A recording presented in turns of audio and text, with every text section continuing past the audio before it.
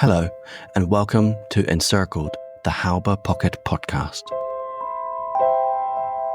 Episode 7, the 25th of April. So far in our story, we've been focusing on the fortunes of the German Ninth Army, the formation of the Halbe Pocket, and the evolving escape plan from that pocket to link up with the 12th Army. But before we dive into today's events relating to our main story, there are a couple of important events which also took place today which, whilst not directly impacting the Ninth Army, are still momentous in their own right. Firstly, on the 25th of April, the Soviets and Americans finally linked up on the Elbe, when the Soviet 5th Guards Army encountered patrols from US 1st Army near Torgau, northeast of Leipzig. This meeting between the Western and Eastern fronts meant that the once mighty German Reich was now formally split in two. Secondly, Berlin was also formally encircled by Zhukov and Konev's fronts today, when their forces linked up northeast of Potsdam. The dual encirclement of Berlin and the Ninth Army will now lead to the Soviets referring to the Germans still defending the capital as the Berlin Group, whilst the forces of the Ninth Army encircled in the Halbe Pocket will be referred to as the Frankfurt-Guben Group by the Soviets. Frankfurt-Oder and Guben being two significant towns along the Oder and Neisse rivers, which have now been captured by the Soviets. Moreover, for our story, the 25th of April is also the day on which elements of the Ninth Army launched the first significant breakout attempt from the Halbe Pocket. But before we get to that breakout attempt, let's first check in on the progress of Wenck's 12th Army to the west. So today see the 12th Army Theodor Körner Division continuing their attack on Troy and Brietzen, whilst the Scharnhorst Division also started moving towards the vital town of Belitz. Here, it would advance upon the Belitz-Heilstatten hospital complex a few kilometers outside of the town. The hospital complex had been pillaged by Soviet troops when they passed through the day before, and for the remaining staff and patients they might have believed this would be the only action they would see. However, on the morning of the 25th, everyone inside the hospital awoke to the thunder of artillery fire which rained down on the complex, and which even hit one of the hospital blocks. Children were rushed down to the cellar, and the nurses and doctors wondered if the advancing troops could be Americans. In fact, it was the German troops from the 12th Army who immediately engaged the Soviet forces around the hospital complex and pushed them back from the site. Over the next few days, intense battles would rage between the Germans and the Soviets occupying Belitz, with the commander of the Scharnhorst Division reporting that no Soviet prisoners were taken. Despite the viciousness of the fighting, however, the 12th Army troops performed far beyond what Wenck had initially believed them capable of, as the hitherto inexperienced soldiers showed fantastic acts of bravery and determination when coming up against superior Soviet forces. It's likely that the crucial factor here is that these 12th Army men were fighting to rescue German civilians and to save their comrades in the Ninth Army. This was an honourable cause, and it was surely much better to fight and potentially die with honour rather than risk throwing your life away in a pointless attempt to rescue Hitler in Berlin. The hospital complex suffered greatly during the fighting, with 76 dead, of which 15 were children. But despite these losses, on the 28th of April, the 12th Army Ulrich von Hutten Division evacuated the remaining 3,000 sick and wounded hospital patients and transported them towards the town of Barbie along the Elbe River, where they were handed over into the care of the Americans as prisoners of war. But whilst the 12th Army was successful in capturing the hospital complex near Belitz, their attack on Troy and Brietzen stalled. And by 3 p.m. on the 25th of April, they had been driven back to the outskirts of the town by elements of the Soviet 13th Army. Despite the intense fighting, Wenck nevertheless ordered his forward elements around Troy and Brietzen to hold their ground and prepare to receive the Ninth Army if they managed to break out of the Halbe Pocket. Wenck's progress was being eagerly watched by the defenders of Berlin and by Hitler in his bunker, in the hope that Wenck could somehow reach their beleaguered city and break the Soviet siege. Nazi propaganda was fanning these fires of hope, of course, and leaflets were dropped over Berlin telling the people that Wenck was on his way to save them. Hitler also kept up the pressure on Wenck, issuing further desperate orders to him on the evening of the 25th. These orders demanded that the 12th Army disregard the Soviet attacks on its flanks and instead create attack groups to punch through the Belitz area and link up with the Ninth Army, in order to form that coordinated thrust towards Potsdam and southern Berlin. Hitler was hooked on the dream that Wenck, Busse and Steiner would soon launch their multi-pronged counterattack which would crush the attacking Soviet forces. And he even went as far as to tell General Weidling, who now commanded the defense of Berlin, that these armies would soon save the city. And terrified of countering Hitler's increasingly mad delusions, General Krebs spent the day continuously ordering Wenck, Busse and Steiner to press on with their attacks and relieve Berlin, knowing full well that they lacked the resources to do so. In any case, Busse, who had been given the authority on the 25th to decide for himself the best plan of action for his Ninth Army, played the see no evil, hear no evil card, and he refused to even acknowledge the communications coming out of the Führer bunker. However, even if Busse had wanted to keep in contact with German High Command, this was becoming increasingly difficult to do so, because today the Air Chief Marshal Novikov, commander of the Soviet Air Force, launched Operation Salute. And this operation involved massive air raids on Berlin, with nearly 1,400 aircraft launching bombing raids on the city. These air raids wreaked havoc, weakened the German defences in Berlin, and crucially hindered the ability of German High Command to communicate with its armies on the battlefield. By now, the Halbe pocket has shrunk to 1,200 square kilometres, with Zhukov's forces in the east of the pocket capturing between 10 to 15 kilometres every day. Attempts by the Luftwaffe to resupply the Ninth Army via the landing strip in Kierig failed spectacularly, and on the morning of the 25th, the Ninth Army reported that the army had been abandoned by the Air Force, with no planes landing or supplies dropped at the airfield in Kierig, despite the landing zones being clear of enemy troops and fire. Desperate pleas for supplies continued to be made, but it wasn't until 10 to 7 in the evening that an official reply came, stating that indeed a supply plane had arrived at the airfield at 3 a.m. on the morning of the 25th, but that no landing signals or runways could be seen. A further message stated that 6 more supply planes would be sent later that evening, and 75 tons were reported as being successfully delivered.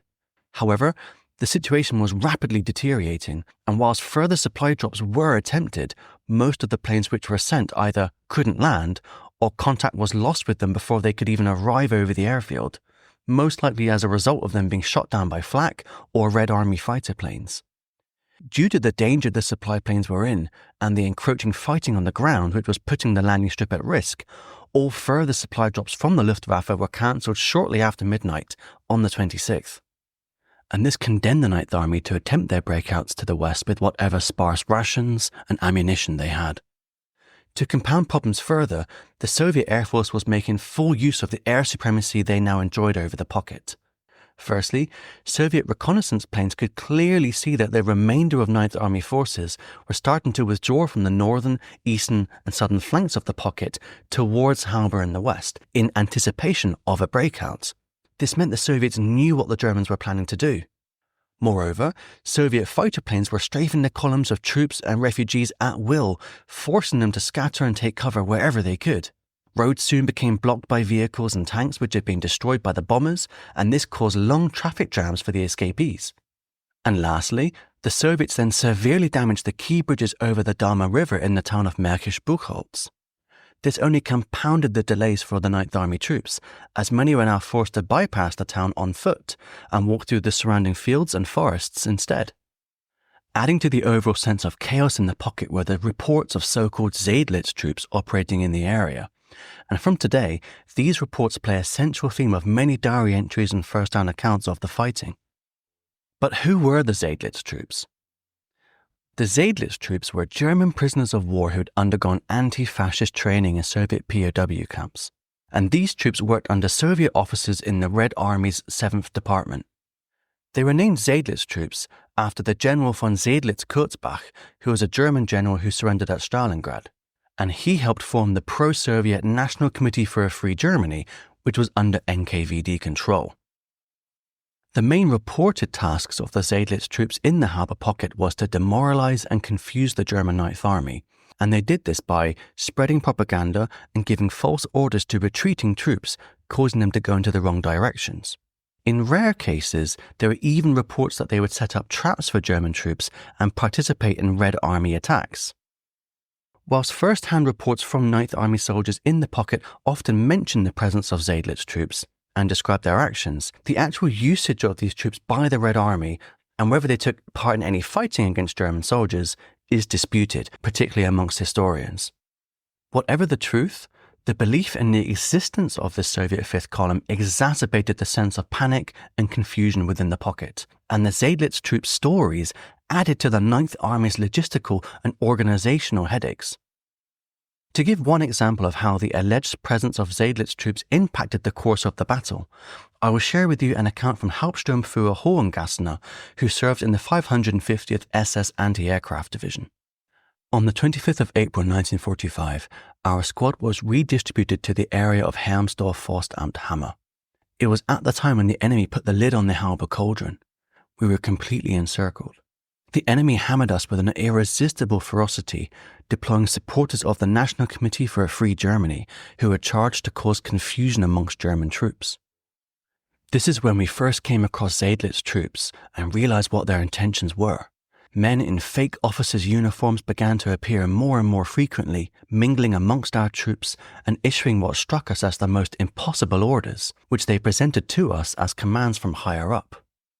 These fabricated instructions had a devastating impact. They varied in content and complemented each other. Units were not permitted to retreat. They were to gather and convene at assembly points. It was their duty to blow up guns, tanks, and other vehicles. Non-compliance with the orders would result in unit leaders being shot immediately, on the spot. One thing these turncoats had in common was that none seemed to cover their heads. They all wore a white armband and sported new uniforms on which were pinned numerous decorations. Chaos erupted close to the Dahme River. Units thrust forwards from all directions towards its only bridge. Some intended to escape to Wendisch-Buchholz, others to Halbe. Amid the turmoil, members of the National Committee for a Free Germany issued conflicting orders as described above. What followed was total mayhem. Officers took their own lives, and men became hysterical, running through the open space like hounded prey. Wounded bodies piled up high on the roadside. Indiscriminate Russian fire caused heavy casualties on our side, and there was no resistance to speak of. Each one of us was his own commander. However, there was one piece of good news for the Ninth Army on the 25th of April.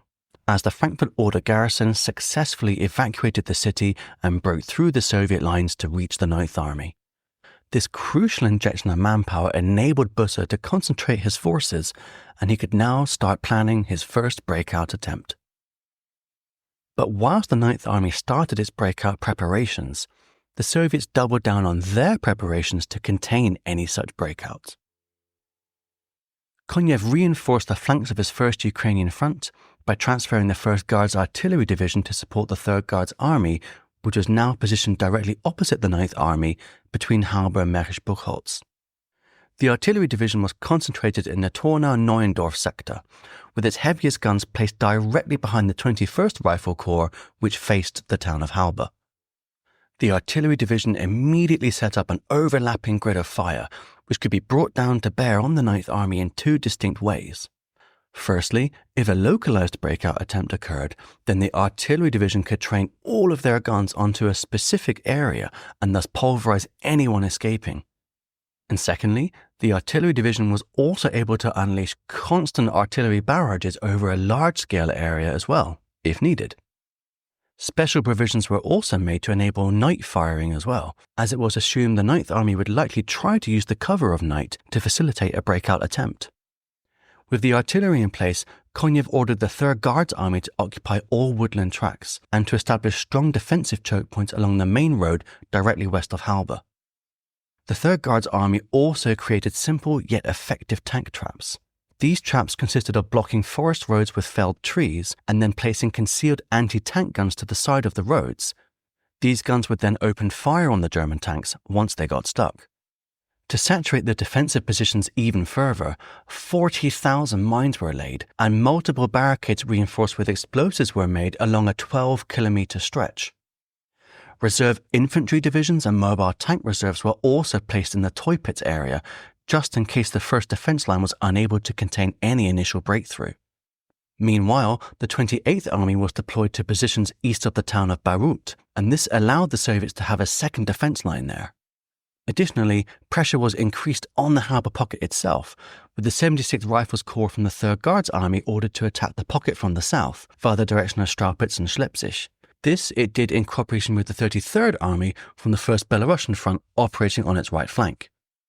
However, it took time for the Soviet defense traps to be built and for all of their units to move into their assigned positions. This meant that by the evening of the 25th, a small gap still existed in the Soviet lines between the 3rd Guards Army and the 28th Army. And this small gap would soon see the first breakout attempt from the German 9th Army. But unfortunately for the Germans, the first breakout attempt would prove to be uncoordinated, poorly planned, and poorly executed. So General Busse created 2 battle groups to lead the first breakout attempt, because as we all know, the Wehrmacht loves a good battle group. The first battle group, the Battlegroup von Luck, was commanded by Colonel Hans von Luck of the 21st Panzer Division, and this group consisted of von Luck's 125th Panzer Grenadier Regiment, accompanied by their remaining Panther tanks of the 22nd Panzer Regiment. Von Luck's forces had just reached Busse's lines after falling back from the Neisse River, where they had previously been attached to the 4th Panzer Army, and now they were being thrown straight into action. Busse ordered von Luck's battle group to attack the Soviet lines immediately to the west of Halbe and strike towards the Berlin-Dresden major road in the Luckenwalde area. Here, they were to keep the breakout point open, which would then allow the rest of the 9th Army to follow through on foot. The second battle group was led by SS Colonel Rüdiger Pipkorn. This group consisted of the remains of the 35th SS Police Grenadier Division and the remaining tanks of the 10th SS Panzer Division Frundsburg. Their task was to strike out westwards from the southern flank of the Halbe pocket, from the town of Schleppzig, north of Lübben. Busse's plan was for the 2 groups to break out simultaneously at 8 p.m. that evening, and his hope was that they could secure the vital town of Bayreuth and its transport hub. If this hub could be captured, this would allow the 9th Army to proceed along the roads leading west towards Jüterbog and Luckenwalde. Crucially, the orders Busse gave to the 2 groups explicitly forbid the transport of refugees, as Busse feared the presence of thousands of civilians would hamper the movement of the tanks and armoured vehicles. By 7 p.m, several tanks had arrived at the Battlegroup von Luck's marshalling area. Ammunition was loaded and the fuel was distributed amongst the tanks. But as there were no transport vehicles to accompany them, the tanks could only set off with the ammunition and fuel which they were currently carrying. This severely restricted their fighting ability, and it limited the distances which they could hope to achieve. And despite Busse's orders, hundreds of desperate civilians had noticed the battle group was preparing to break out. They surrounded the tanks and they pleaded and begged to go with them. Von Luck simply didn't have the heart to turn them away. His battle group set off at 8 p.m. as planned, aiming to reach their first objective, the town of Bayreuth. At first, the attack went better than anyone had hoped for, and when they reached the Berlin to Dresden major road, they found only light resistance. The group established roadblocks and pressed on. However, the breakout attempt was about to meet its first hurdle, as von Luck's group discovered the 2 bridges across the major road by the Teupitz-Halbe junction had been blown by the Soviets. This prevented his tanks from going down the main road to Bayreuth, so they were forced to go off-road and take the woodland paths instead. But despite the delays, the refugees stuck close to their tank escorts, and whenever the tanks paused, the civilians patiently waited behind them until it was time for all, tanks and civilians alike, to move again. Von Luck's group reached the outskirts of Bayreuth by midnight, but as they emerged from the woods, they were immediately met with heavy anti-tank fire and machine gun fire. Clearly, the Soviets had anticipated a breakout attempt passing through the town. What the Soviets had done was actually fortify the entrances to the town with heavy Joseph Stalin tanks buried into the ground, with leaving only their turrets exposed. These tanks surpassed anything the Germans had in their arsenal, and they effectively blocked any further advance for von Luck's group. Von Luck turned his battle group to the right and sent in his Panzer Grenadiers to take the town from the north, as this appeared to be the easiest alternative route. What was key here was not to get pinned down by the Soviets and give them the chance to bring in reinforcements. Speed was of the essence. But just then, some Panthers from the Battlegroup Pipkorn appeared from the east. Battlegroup Pipkorn had commenced their breakout attempt at 8 p.m, as planned, but they had soon become bogged down by the defensive positions constructed by the Red Army's 329th Rifle Division. Pipkorn's group had come under intense artillery fire, and they had suffered repeated flanking attacks. This led to their entire attack collapsing, with the lead tank scattering. Only a few small groups managed to reach the Autobahn at Starkel before crossing south of Halbe and pushing on via Dornswalde onto Bayreuth, where they met von Luck's group.